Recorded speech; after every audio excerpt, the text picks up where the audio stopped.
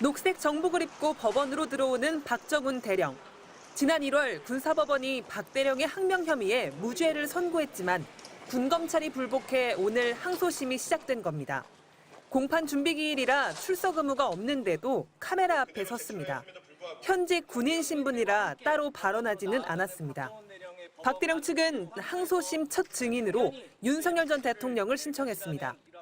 외압의 근원지인 윤석열을 증인으로 신청하여 한 사람의 경로로 모두가 범죄자가 된 이 사건의 실체를 밝힐 예정이며 박 대령은 지난 2013년 최상병 순직 사건의 경찰 이첩을 갑자기 보류하라는 해병대 사령관의 명령을 따르지 않은 혐의를 받고 있는데 수사 외압의 맨 위에는 윤석열 전 대통령의 경로가 있었다는 겁니다. 바로 국방부 장관 연락해야 돼서 막 꽝꽝꽝꽝 했다고 하길래 정확히 물어 사령관 그 VIP가 얘기한 거 맞냐 고개를 끄덕끄덕 하시더라고. 수사 과정에서 대통령과 대통령실 관여 정황도 속속 드러났습니다.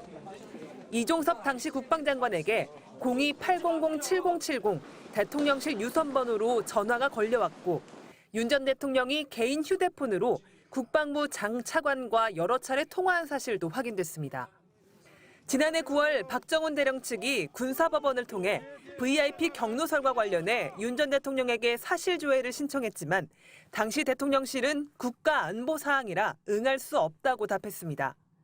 이번에 항소심 법원이 증인 신청을 받아들이면 윤 전 대통령과 박 대령은 사건 1년 9개월 만에 법정에서 만나게 됩니다. 윤 전 대통령이 사건의 핵심 당사자로 지목된 데다 파면으로 민간인 신분이 된 만큼 재판부가 신청을 받아들일 가능성도 있습니다. 수사 외압 의혹은 공수처가 수사해왔지만 비상계엄 이후 사실상 중단돼 있어 서둘러 특검이 수사를 이어받아야 한다는 지적도 나오고 있습니다. MBC 뉴스 조희원입니다. 박정훈 전 해병대 수사단장이 전역 해병대원들과 차례로 악수하며 법원 앞으로 들어섭니다.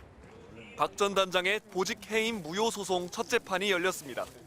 최상병 순직 사건 외압 의혹 속에 수사단장에서 물러난 지 1년 8개월 만입니다. 진정하게 원래 자리였던 수사단장 자리로 복귀하는 것을 시작으로 명예회복의 그 길로 다시 돌아갈 수 있게. 박 전 단장은 최상병 순직 사건 수사 기록을 경찰에 이첩했다는 이유로 항명죄를 뒤집어쓰고 재판을 받아왔지만 지난 1월 무죄 판결을 받았습니다.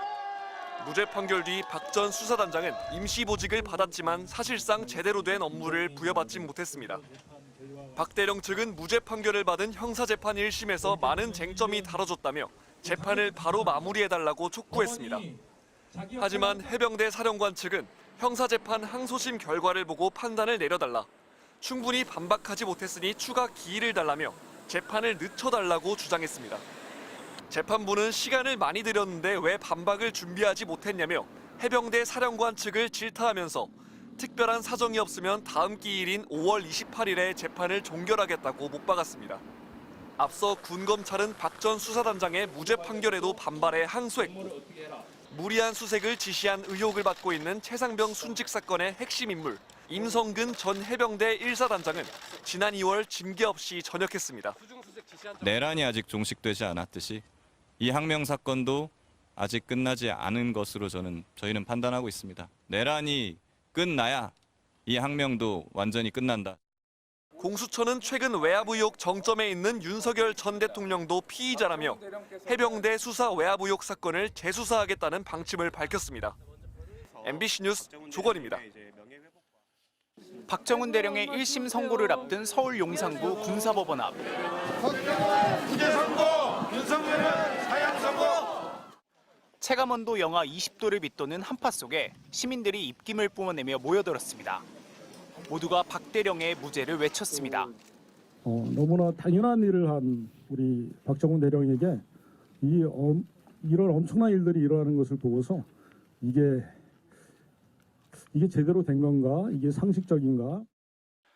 최상병 사망 이후 사건 조사 기록을 법에 따라 경찰에 이첩하는 걸 중단하라고 김계환 당시 해병대 사령관은 박 대령에게 지시했습니다.